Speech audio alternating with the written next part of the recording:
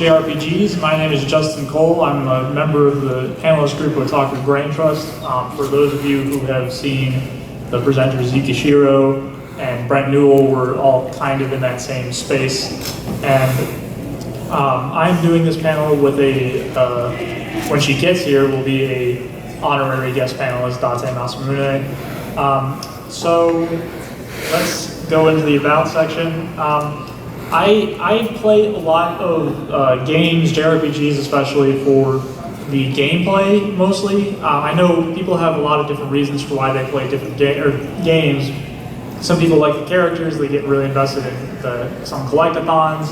Some people like the battle systems themselves, crafting systems, so on and so forth. I mean, the number of JRPGs and the way they've expanded and developed over the last 30 years roughly has been really interesting to watch. But I also like to complain about the games I play, because I mean, there's so many panels out there about the best X, the greatest Y, the top X games you should play, so on and so forth. And I'm like, you know what?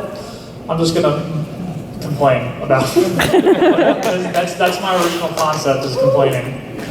So this is not to be hateful or incredibly mean to JRPGs. Like I said, I play them. I'm sure a lot of you play them in this room too. This is just kind of to point out things that we might share collective grievances about. And I don't know if there's going to be any major JRPGs developers in this room. But if you make a JRPG in the future, when you're living in Japan and working for whatever company, just remember the panel. Remember what I complained about 10 years ago or whatever. So I'll preface this by saying that there's spoilers for some games. It can be extreme spoilers or not extreme spoilers, but to talk about some of these issues, it's somewhat inevitable. I'm not going to purposely try and spoil specific things, but through the course of what I talk about, things might get spoiled, unfortunately. And then I want to put the layout forward. I'm going to introduce a concept of what I find to be a quote-unquote issue with the game. Show a few examples of games that contribute to that issue. Hopefully they're popular enough games that people have played them and have experienced it themselves, so people are aware. And then I'll provide what, in my opinion, what is some good examples, because surprise, surprise, this is a very opinionated panel. So just a sampling. I'm not going to go in depth of every JRPG ever made, every game series ever made. I'm going to give pretty heavy hitter names. I have Focus, Persona, Tales of, Final Fantasy, and the most classic JRPG, Dark Souls. Technically speaking, I think that is it for the preface and the introduction. My co-panelist, whenever she gets here, she'll just hop on. She has, I believe, much more of a depth of knowledge of JRPGs than I do, so she might be able to contribute some additional examples. And if there's time at the end, or you want to talk to me after the panel, I'll gladly accept additional suggestions, content, so on and so forth, things you might have gripes with. The goal of a panelist is always to improve their existing material. And I've touched this up a little bit here and there, but of course, with how long some JRPGs are, it's pretty hard to get through a bunch in between cons, even though we have plenty of time to play them over the last year or two.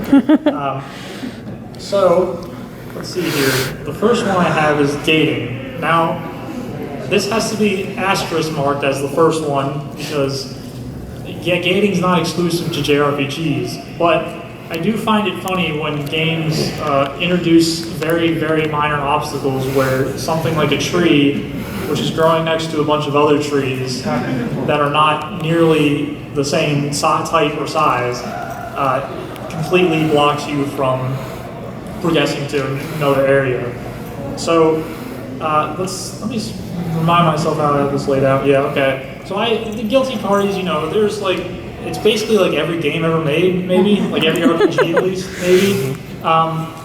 But no, I've gathered a few examples of games I've played, games I've talked to about a few of my friends from back home are big JRPG fanatics. They like playing Final Fantasy and some of the classics like Chrono Trigger. So I got a lot of their input as well while I was making this to give a more rounded picture. And I find it really ironic that I'm starting this whole thing off complaining about Dark Souls 2 of all things. But so Dark Souls 2, for those of you who aren't familiar, this is a giant pile of rubble that that bars your path. And to get around this pile of rubble that you could probably just climb over if the character could jump, or you were actually this character yourself. You would probably just be able to walk over it, hop over it a little bit. Even if you're wearing a bunch of heavy armor, it doesn't look that hard. And, so how do you think you'd get around this pile of rubble instead? Killing 4 or 5 gods? Yeah, that's like 4 or 5 major bosses within the series. My co-panelist is here.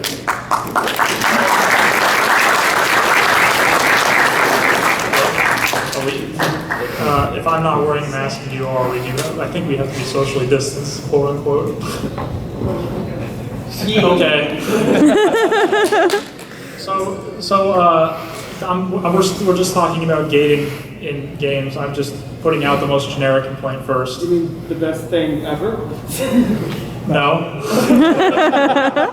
So yeah, Dark Souls 2, instead of climbing over a pile of rubble, you have to kill several bosses to gain access to the next area of the game. And this is like right around the corner. There's like a door that's sealed that won't open unless you've completed X requirement. And that requirement is, becoming unto God. So your choice is become God or climb over a pile of rubble, and our character chooses the former. So Final Fantasy III is something I couldn't just share in one picture, because there's like a lot of broken bridges, as TV Tropes calls it. Which one? Oh, that's a good question. Do you know much about Final Fantasy? Final Fantasy 3. 3 is not 6-3. Probably 3-3. So yeah, this is like from the TV Tropes page, credited on the left there. I'm not going to read through every single one of these, but every bullet point here is something that is like gating your progress, whether it's like a broken bridge or whether it's people standing in the way of you going somewhere. It's like, how do we restrict players to, how do we railroad players to doing what we want? Well, we say there's construction on this road, we don't know when it's going to be done, and when it's going to be done is when you hit the trigger for when it's going to be done, and then you move on. Now magically they have the budget to fix the bridge that they could have fixed the whole time. It's like, oh, that's great, guys. How did you know I just made this plot important move? Oh, you didn't? You just happened to have it fixed. Cool. That's good to know. Yeah, thanks. And I mean, to give credit to Final Fantasy III, there are a lot of different ones of these. It's not the same thing all the time, but there are a lot of them. Yeah. And then literally a broken bridge from TV shows. It's just so happened that this bridge just collapsed before we could get there, and that, I don't know, that gap for some of the characters in Chrono Trigger, that gap doesn't look too big, but Can't jump, knees, no, can't. yeah. No. Can grind on enemies for 5 years, but can't jump a small gap. So, how do I think that good gating is done? So, some of this is prefaced on the idea of games giving you the ability to go anywhere, like Dark Souls, and not scaling their enemies so that if you wander into an area where you aren't supposed to be, the game will smack you down pretty hard. But if you're good enough and you've played the game before, you can go to those areas and do those things. The most recent example that I didn't really include here is Breath of the Wild. where they literally let you go after you get off the Great Plateau, they let you go and kill again, and if you really want to, it'll just be really hard. So they do kind of steer you in a direction, but they give you the freedom to do what you want. And I think Majora's Mask and Paper Mario: A Thousand Year Door do a good job of this. I think with something like Majora's Mask, they gave a very specific plot-relevant point to why this road has a boulder in it. It's like we know the central antagonist is the Skull Kid, and this miner is like, yeah, I have to. It's going to take me a few days to mine this boulder because some a-hole threw it in the middle of the road. And I mean, to be fair, you can wait until day 3 and it's gone. You can go to that place then. And with Majora's Mask's whole concept of time reversal, it gives you the motivation to blow up that rock to find out what is happening there on previous days when you gain that ability. It is, I think, a very natural and smart way of doing storytelling and gating to encourage players to be like, you know what's here on day 3, but to get here on day 2 and 1, you need to do a specific thing, and it encourages you to go find out what that thing is.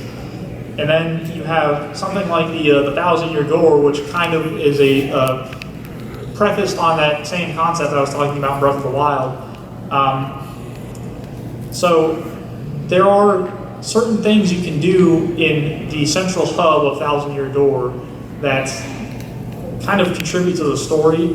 And in this case, if you accidentally step on this toad's contact lens and break it, the character blocks your path and you have to go find a new contact lens, which is not necessary. I mean, later in the story, they move by themselves.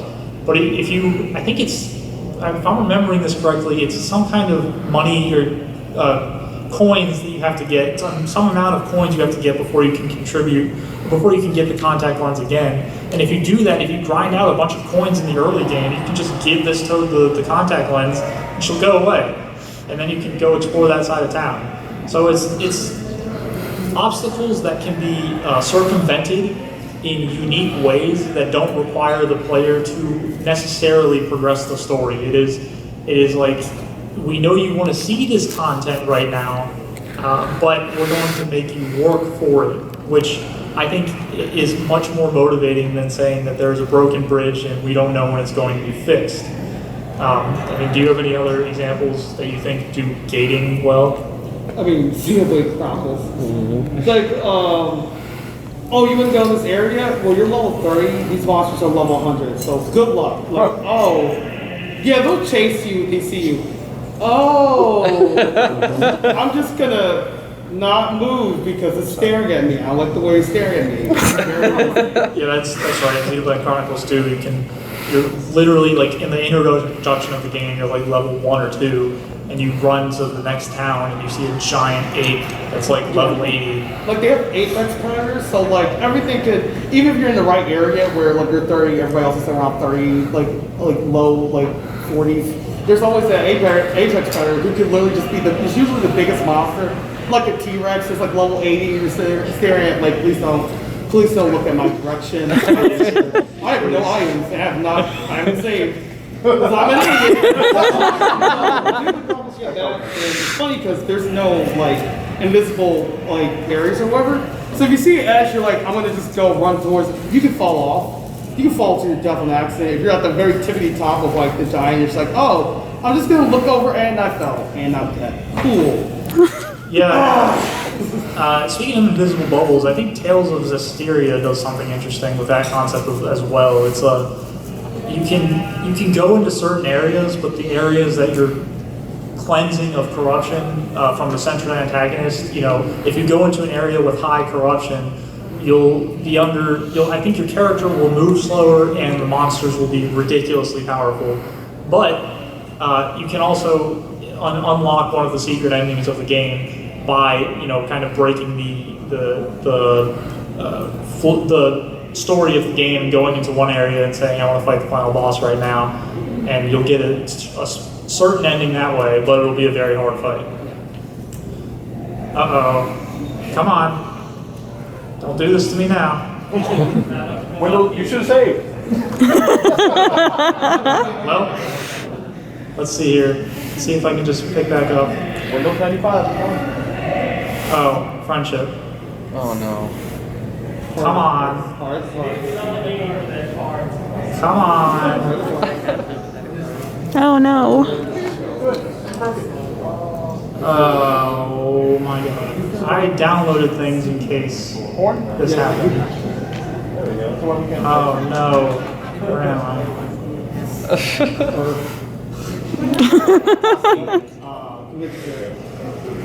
Okay. Yeah, this should be the same thing probably. Probably. Yeah. Yeah, so there we go. The power of friendship. And, yeah, this is our fight. So there's a lot of guilty parties in this. There's a lot of big name heavy hitter JRPGs do this whole thing where it's like in the final conflict you need to use the power of friendship. I mean, to defeat the big bad. And I'll talk about it in a minute. Pokemon's example of this is hilarious. Even when I was a kid, I found something wrong about Pokemon's version of this. Oh yeah, and my friend, this is one of my friends from home's personal grievances in Final Fantasy VIII, where like halfway through the game, this party that like you've been getting to know and like have been building what you think are new connections with each other, it just turns out that they were already friends the entire Yeah, time. don't give me started on plot twist. Jesus Christ. So mad. We all knew each other, but we forgot. I hate this game. I hate the world. I hate just throw everything. But then I see Laguna. I'm like, I'll stay for you. I'll stay for you. And arguably one of the best airships in like all of Final Fantasy games. Woo! I love that airship. Anyway. Yeah. Final Fantasy VIII's airship. Which one? Oh, the red one. Yeah, the red one. I was to say it's been years. But the red one from space. You know when you went to space? Oh, it was good as first guys, I swear. Keep going. No, it's so it kind of like pulls the rug out from under you. Like, you know, the way you do, you know, character stories, you kind of establish the reason that the party is together. For anybody who's played D&D, you know, you establish why the party is there, and you don't say, the DM doesn't go halfway through the game and say, oh, you actually knew each other the entire time. How about that? That changes a lot of dynamics. Tales of Zestiria, I've just praised it, but the final fight does involve you, like, sacrificing all of your friends to deal some, you know, massive damage, and it does kind of go unique in the fact that it has a 1v1 end fight, quote unquote, depending on how hard you consider that fight at the ending of the game. But it's still like, it's unbeatable unless you sacrifice your friends, and guess what? You actually end up getting sacrificed, because magic. Oops. Yeah. Did you read the fine print? No? Oh. So yeah, I think the thing that inspired this the most is the Pokemon games, especially Red and Blue, where Professor Oak is like, no, Gary, you didn't win because he had more powerful Pokemon. He won because he loved his Pokemon and used the built relationships with them. Even as a kid, I was like, I just chose the moves that did damage. I mean, yeah, I know people. I don't blame anybody for getting attached to the Pokemon in their games. It's full power to you. But I usually didn't get too attached to the level like 90 Blastoise that I was sweeping the Elite Four with. So that's always funny when they kind of try to force that narrative in there when you didn't connect to the characters at all. But yeah, I mean, there's a lot of cute Pokemon now. And for anybody who's done Kaizo runs, you probably do connect to the Pokemon more when they're, you know, at 1 HP and you're about to lose them forever. So I do like, Persona 4, I do like as a game. I really enjoy it, especially Persona 4 Golden. But there's also a theme of your friends sacrificing themselves here, which seems to be another kind of common thing that ties into this bit by bit. And I'm somewhat blanking on the exacts of this one, but you do at the end of the game unlock the main character's true persona form, Izanagi no Okami. And some of this is predated on social links, and if you kind of rush through the game without doing any of the social links, some of the impact on you while all this traumatic stuff is going on might not hit as hard, because I think like a lot of the social links, most of them are optional within the game. You have to max out the social links, so even if you, let's say you like started 10 but you only finished 1, you only have one guy show up, like, you can do it. Yeah. Nothing else, like, oh, That's my boy. Cool. So yeah, it's not particularly egregious, but it is a little annoying that social links have that kind of influence on the end game. But I think there are some good ones. Dark Souls and Shining Force. I mean, in isolation of anything else that you might have personal gripes with. Okay. I do think Dark Souls does a good job of this with Jolly Cooperation, where you can go at Dark Souls all by yourself. The bosses are difficult, the game is hard, but there are, if you are on online play or even with some NPC characters, you can summon them to help you. There is no dramatic change to the story for doing this. There is no judgment from the game on doing this, and nobody's going to say like, you didn't beat the game the real way by completing with people. It's just the bosses scale up in intensity, and if you have some friends who can help you out, beat a boss that you are having trouble with, it is almost like changing the difficulty in a way, but in a kind of unique way that doesn't rely on you going into a menu and selecting easy instead of normal. Because Hidetaka Miyazaki has that kind of concept of you being a essentially worthless being that is killing godlike creatures, and you might need a little help sometime, maybe from your friend who doesn't wear any armor and hits them with his club a bunch of times but never seems to die. But I also like that this game circumvents this a little bit by saying if you allow people to come help you, people can also come try to kill you in the game. And that becomes a back and forth battle of the people who are invading you, trying to kill you. Well, that is the payoff for having friends come and try and help you. But they can't do that during boss fights, because that'd be kind of mean. I mean, I know it's Dark Souls and all, but come on. So I think Shining Force, I think this was another one where my friend suggested to me.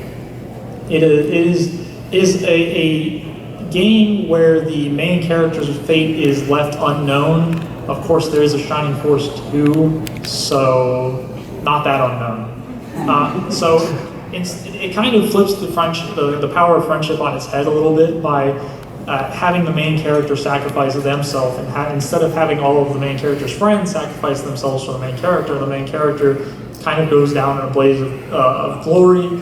He makes sure that the evil that would escape in the event that this didn't happen goes down with him, and it is kind of an inspiring ending in a way, until he just comes back in Shining Force 2.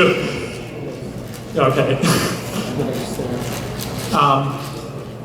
So I like it when there's that kind of uniqueness, and they kind of play around with the concept a little bit. They could have just as easily done something about how your friends saved you by praying really hard, or something like doing some kind of magic spell that wasn't ever explained in the game and teleporting you out of the castle. Deus Ex Machina. Yeah, just Deus Ex Machina. No, they committed to it, at least for the first game. We're in the dealer's room. Oh, yeah.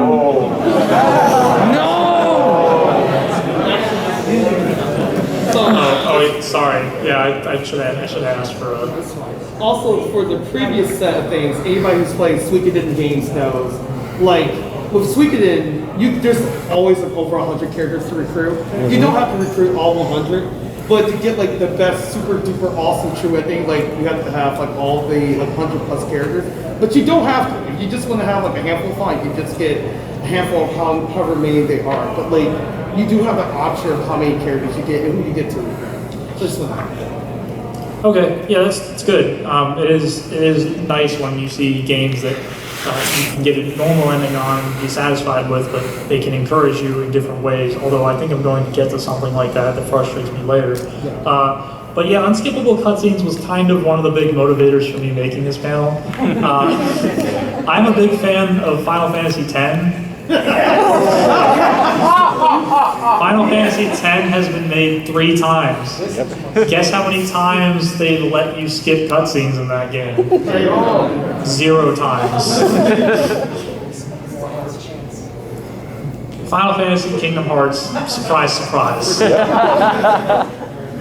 So, I kind of understand, you know... Not being able to skip the cutscenes is ridiculous. 2001, it was... I don't think it was hammered out as much what you should let people skip and what you shouldn't let people skip and how it should be handled and so on and so forth. So in 2001, I can see like Square being like, we worked hard on a lot of these cutscenes, we want people to see them. So I kind of forgive them for that. And then it was re-released in 2013, 2014 times with the Ultimate Editions, and they didn't let you skip cutscenes. And then they released it, I think, not recently, but on Steam as well. And they also didn't let you skip cutscenes. And I think the closest thing we have right now is the mod that you can install on the game that lets you speed up the cutscenes. No skippy. I think it's like a fast forward button. And some of these cutscenes are like 5 minutes long. It's rough sometimes. And it's like the reason I have a problem with it is not because I think the cutscenes are bad. It's because once you play through the game once, if you want to replay it again, you don't necessarily want to watch a movie's worth of cutscenes. And you would like to just like get on, especially when you have to get to the end game to do stuff like in this game, farming Nemesis, and all that stuff. But then also the combo, obviously because of the Kingdom Hearts lot, the really long cutscene, but then a boss fight that's really difficult immediately after that. Of course, you can't skip it. Yeah. There's no way you're taking Kyrie's heart. Every time, like, oh, you suck at this game yet? Well, saddle it up. You're gonna see this cutscene 30 times. Why would you do this? Because we hate you in particular, but give me your money. Now wait 10 years for us to release the sequel to Kingdom Hearts 2. Yes, I will get the limited edition. God.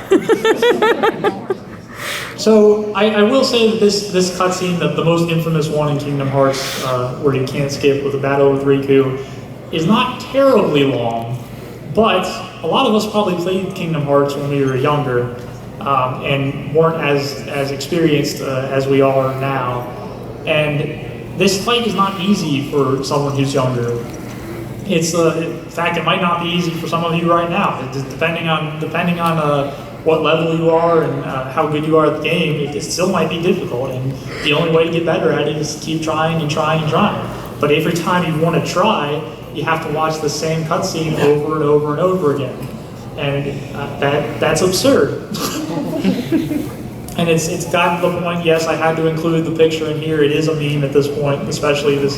There's no way you're taking Kyrie's heart. That scene is like almost cemented in people's memories for those who played Kingdom Hearts at a young age. Like traumatic PTSD kind of stuff. The good ones I found is Persona 4 Golden, and I might see if you have any examples here in a second, but I really, really, really like Persona 4 Golden's way of approaching this. Because Persona 4 Golden is set in a way that is like half visual novel sometimes, there isn't really a way to completely skip cutscenes because you need to respond to some character's choices sometimes. So they kind of lifted a concept from visual novels themselves, where you can press a button to speed through either fast or very fast some of the dialogue. And that is good in this instance because there are branching paths of dialogue based on social links, based on what days it is, based on what choice you pick as the main character to respond to the other characters with. So if you're doing a replay of this game, and you just want to get through to the good stuff, to the fighting and stuff, you can just skip all the dialogue. But if you want to, if you're trying to do a replay of the game and build social links in a certain way, shape, or form, you can skip past the stuff you've already seen and keep the stuff that you haven't seen yet and experience that at your own rate.